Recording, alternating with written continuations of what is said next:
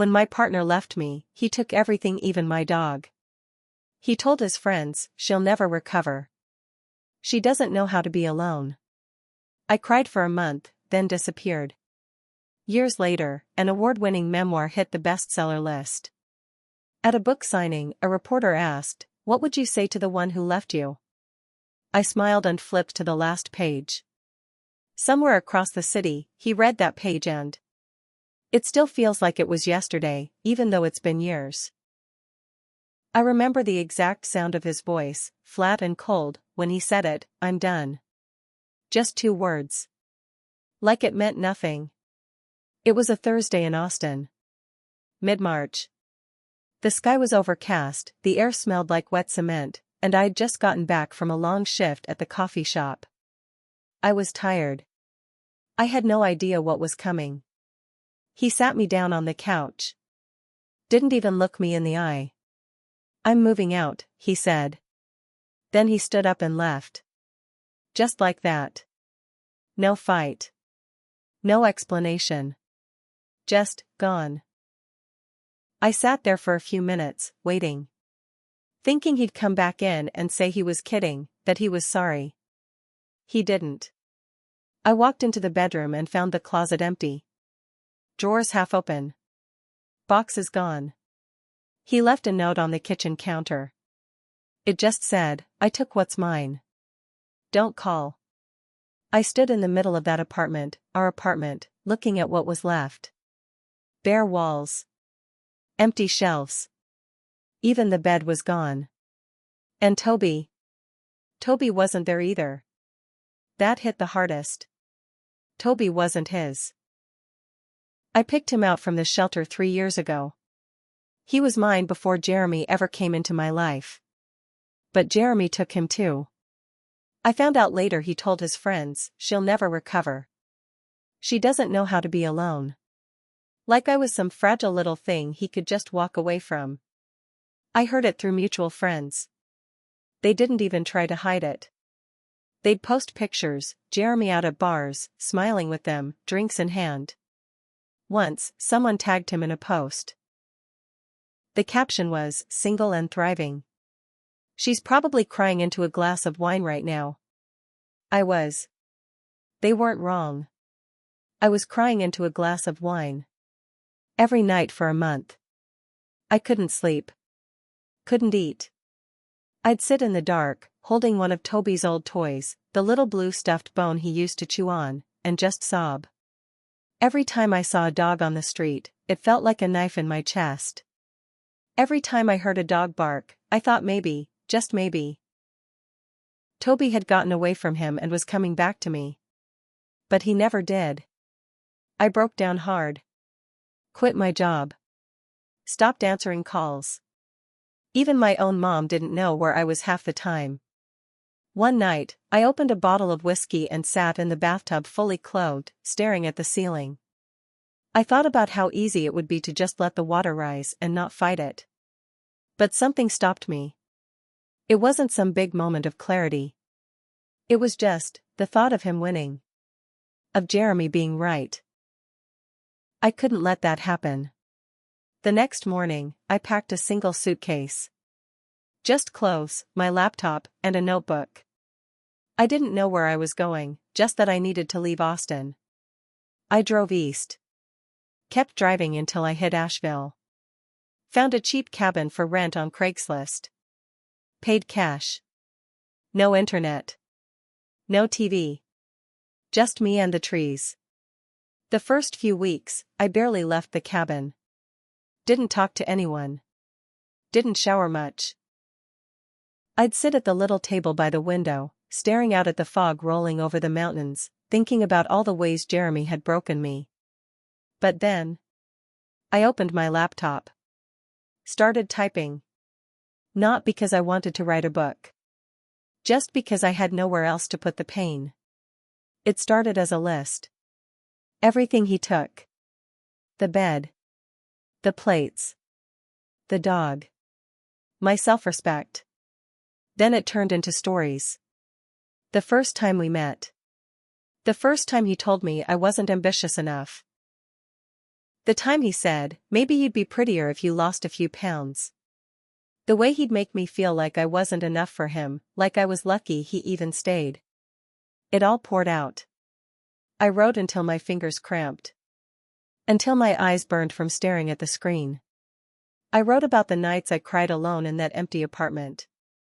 About the mornings I woke up, half expecting to see Toby at the foot of the bed. I wrote about the anger. The shame.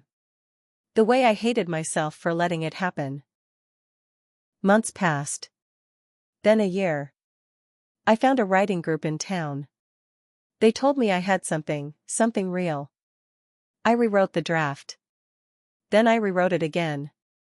An agent reached out. She said she believed in the story. Said it could help people. I didn't believe her at first. But she kept pushing. And then it sold. A big deal. Bigger than I ever imagined. The book came out and hit the bestseller list. Overnight, it felt like everyone knew my name. Interviews. Podcasts. A feature in a magazine. I wasn't ready for it. The attention. The questions. Especially the one that came up again and again, what would you say to the man who left you? At the book signing in Austin, a reporter asked it again. I didn't answer. I just flipped to the last page of the book. The page where I finally said everything I'd been holding in. The page where I wrote, "You thought I couldn't live without you. You thought I'd fall apart. You thought you took everything. But you didn't take me. You never had me. You just made me forget who I was. So here's my answer, Jeremy, thank you. Thank you for leaving. Because it forced me to become the woman you always knew I could be, but you were too scared to let me be." Later that night, I got a text. It was from an unknown number. Just 5 words. I read the last page. No name. No apology. But I knew. It was him. And I knew he finally got it. What he lost. What I became. That message, I read the last page, sat on my phone for hours before I even opened it. I stared at the screen like it was going to bite me. I told myself I wouldn't respond. That I didn't care. But I did. Because even after all that time, part of me wanted him to say it. To say he was sorry. To say he was wrong. To say I was enough. But he didn't. The next day, I was at a cafe in Austin, sipping coffee, watching the world go by. A man walked in, tall, dark jacket, head down. I froze. It was him. Jeremy. I hadn't seen him in years. He looked older. Tired. His hair thinner, lines on his face deeper. But still him. I didn't know if he saw me. I thought maybe he'd keep walking. But he stopped. Looked right at me. For a second, we just stared at each other. And then, before I could even decide what to do, he sat down across from me. Didn't ask. Just sat. His voice was quiet. "Congrats on the book," he said. Like it was no big deal. Like we were old friends catching up. I just stared at him. Didn't say a word. He leaned forward, elbows on the table, voice low. "I never thought you had it in you," he said. That smirk on his face, God, I wanted to slap it off. Then he said it. The thing that hit me like a punch to the gut. I saw the interviews. The posts. People think you're some strong survivor. But I know the truth. You're still the same broken woman I left behind. You just got lucky. I felt my hands shaking under the table. He kept going. You think writing a book makes you strong? It's just words. It doesn't change who you really are. I could barely breathe. This man who tore my life apart, took my dog, my home, my dignity, was sitting here, telling me I was still broken. And I realized something in that moment. He wasn't here to apologize. He wasn't here to make peace. He was here to tear me down again. Because the success I built without him was something he couldn't stand. He needed me to stay small so he could feel big. I stood up. The whole cafe went quiet. People were watching.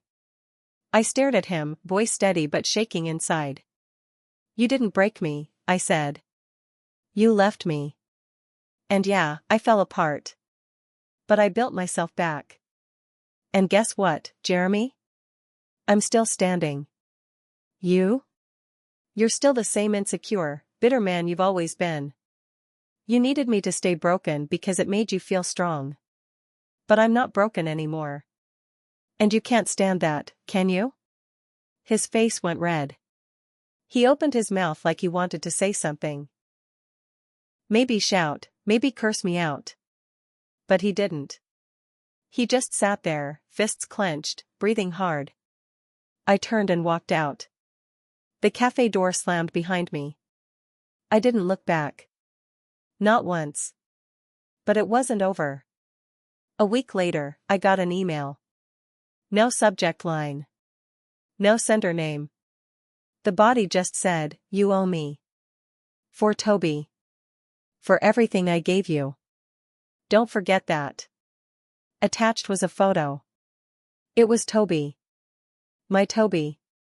He looked older, his muzzle grayer, but it was him. Jeremy had him. Still. And in the background of the photo, a leash. A collar. A woman's hand. Not mine. Not his. Someone else. Jeremy's new girlfriend. The same blonde woman I'd seen on his old Instagram posts. The message was clear. He was still playing games. Still trying to twist the knife. Still trying to control me. I stared at that photo for hours. Crying, shaking, feeling that old pain ripping through me like it was day one all over again. But this time, I wasn't the same woman I was back then. I was stronger now. Smarter. And I wasn't going to let him win. I started planning. Not just how to get my dog back. But how to make him pay. After that email, I couldn't sleep. I lay awake every night, staring at the ceiling, thinking about Toby. The years I lost. The lies Jeremy told. How he took everything, and still wasn't done. I called a lawyer. I wanted Toby back. But there were no records. No paperwork. I never officially registered him in my name, because back then, we were partners. I thought love was enough. It wasn't. The lawyer told me it was a lost cause. I could sue, but it'd cost me thousands, and even then, there were no guarantees. Jeremy knew that. He knew the system would protect him. That I wouldn't fight back. But he was wrong. This time I would fight back. I started digging. Not on Jeremy, on her. The woman in the photo. Her name was Melanie Pierce. I found her on Instagram. A fitness influencer, posting pictures of herself in matching workout sets, holding smoothies, smiling next to Jeremy. Her bio said, "Living my best life with my forever love and our fur baby, Toby." That stung. But it also gave me what I needed. I spent weeks gathering everything I could. Melanie's posts. Her location tags. The gym she worked at. Her sponsors. And then, I sent a package. To every brand she worked with. Every company that paid her. Inside the package? Screenshots. Evidence of Jeremy's past. The texts he sent me years ago, "You're nothing without me." The recordings I secretly took of his drunken rants, "You should be grateful I even stay." Photos of bruises. Not all from him, but enough to make people question. I didn't fabricate a thing. I didn't have to. Jeremy was his own worst enemy. All I did was connect the dots. Within a month, Melanie's deals dried up. Her sponsors dropped her. She posted a tearful video about haters and cancel culture, but the damage was done. Then the calls started. From people I hadn't spoken to in years. Old friends. Former coworkers. Even Jeremy's ex before me, Rachel. She told me things I didn't know.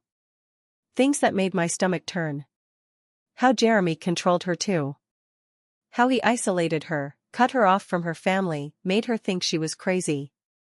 Rachel and I compared notes. And we realized, Jeremy had a pattern. He latched onto women, drained them, left them empty. He took what he wanted, money, love, stability, and moved on. But this time, he wasn't moving on. His life was falling apart. Melanie left him. Publicly. She made a statement on Instagram, "I've learned some hard truths about the person I thought I knew. I'm focusing on healing and moving forward." Jeremy's job fired him after someone sent HR the package I mailed. The one with his old texts and the screenshots of him mocking women in the office. I wasn't the only one he talked down to. Apparently, he called his female coworkers dead weight in emails. The company couldn't ignore it. His apartment? Evicted. He couldn't pay rent without the job. His car? Repossession notice. And Toby? I got a call from a local shelter. They had a dog that matched Toby's description. An older woman found him wandering the streets. No collar. No chip.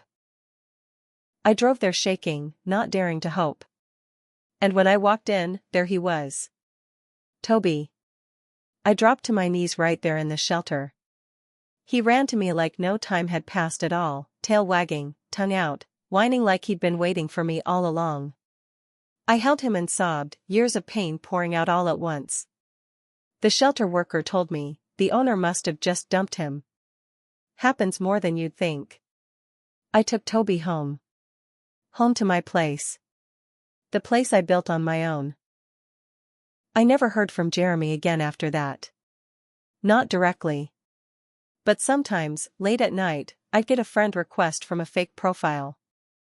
Or a comment under a post that would disappear a few minutes later. Little signs he was still watching. Still bitter. Still waiting for me to fail. But I never did. I kept writing. My next book came out. Then the next. And every time I did a signing, every time someone thanked me for my words, I thought about how Jeremy used to say, "You'll never be anything without me." And every time, I smiled to myself and thought, look at me now. Sometimes revenge isn't loud. Sometimes it's not a slap or a scream. Sometimes it's just living. Building a life so full, so bright, that the people who tried to dim your light have no choice but to watch from the shadows. Toby's sleeping at my feet right now. Safe. Home. Right where he belongs. And me? I'm good. Better than good. I'm free. After I got Toby back, I thought it was over. I thought I could just move on, write my next book, and let it all fade away. But it wasn't over. Not even close. 2 months after I brought Toby home, I got a letter. No return address. Inside, a single page. Typed, no signature. It said, "You think you won, but you'll never really be free. You took everything from me. You destroyed my life. I'm going to make sure you feel the pain too. Watch your back." I felt the blood drain from my face. For a second, I thought about calling the police. But I knew they wouldn't do much. A letter isn't a crime. So I waited. And then, things started happening. First, my car. One morning, I walked outside, and the windshield was shattered. A rock through the glass. A note on the dashboard, "How's the book tour going?" Then my mailbox. Smashed in. Mail stolen. Bank accounts hacked. Someone tried to open a credit card in my name. It was Jeremy. I knew it. But there was no proof. I told myself to stay calm. I told myself to focus on my writing, on Toby, on the life I'd built. But the fear gnawed at me. Every knock at the door made my heart race. Every dark corner on my street felt like a threat. Then I got a call. It was Melanie. Jeremy's ex. The one from the photos. Her voice was shaky. She said, "He's out of control. I think you need to know what he's planning." She told me everything. Jeremy had lost his job, his apartment, everything, but it wasn't enough for him. He blamed me. Said I ruined his life. Told her he wanted to teach me a lesson. Said he was going to show up at one of my book signings, 'cause a scene. Said he was going to post lies about me online. Accused me of theft, of abuse, of things that never happened. She sounded scared, really scared. I hung up the phone shaking. I knew I had to act fast. I hired a private investigator. It cost a fortune, but I didn't care. He dug deep. Found Jeremy's financials. His emails. Even the fake accounts he was using to harass me. And that's when we found it. The real bombshell. Jeremy had been embezzling from his old company. Thousands of dollars. Small amounts at a time, over years. Enough that they hadn't noticed, yet. I gathered every piece of evidence. The fake profiles. The threats. The embezzlement. The photos of the vandalism at my house. Then I called the police. And the company he stole from. And the press. The fallout was brutal. Jeremy was arrested. Charged with embezzlement, harassment, and cyberstalking. It hit the news, local and national. Headlines everywhere, man behind viral memoir scandal faces criminal charges. His mugshot was plastered across the internet. Melanie? She gave a public statement, apologizing for ever being part of it. Said she was blinded by charm and deeply regrets her involvement. She started a fundraiser for women in abusive relationships. I didn't donate. Jeremy's life crumbled. His old company sued him for damages. His family disowned him, his own mother wrote a letter to the editor disavowing his actions. And his so-called friends? They vanished. No one wanted to be associated with him. The final blow? I got a call from the shelter where I found Toby. Turns out Jeremy had dumped him there the night after the last book signing. Like trash. Like he was nothing. That broke me all over again. But it also set me free. I wrote about it. Every detail. The threats. The harassment. The fear. My next book wasn't just about surviving him. It was about beating him. It was called The Last Page. It hit #1 on the bestseller list in the first week. The book tour sold out. I got a standing ovation at every stop. People lined up for hours just to shake my hand, to tell me how my story gave them strength. And Jeremy? He was in a cell. Alone. Forgotten. Exactly where he belonged. Sometimes I wonder if he reads my books from his prison bunk. If he sees my face on TV. If he hears my name when people talk about resilience and power and survival. I hope he does. I hope every single day reminds him of what he lost. What he threw away. And as for me? I'm living. Thriving. Free. And when I see Toby curled up at my feet, I know, I won. Not just the fight. Not just the war. I won my life back. And no one, not Jeremy, not anyone, will ever take it from me again. Sometimes revenge isn't loud. Sometimes it's not a slap or a scream. Sometimes it's just living. Building a life so full, so bright, that the people who try to dim your light have no choice but to watch from the shadows.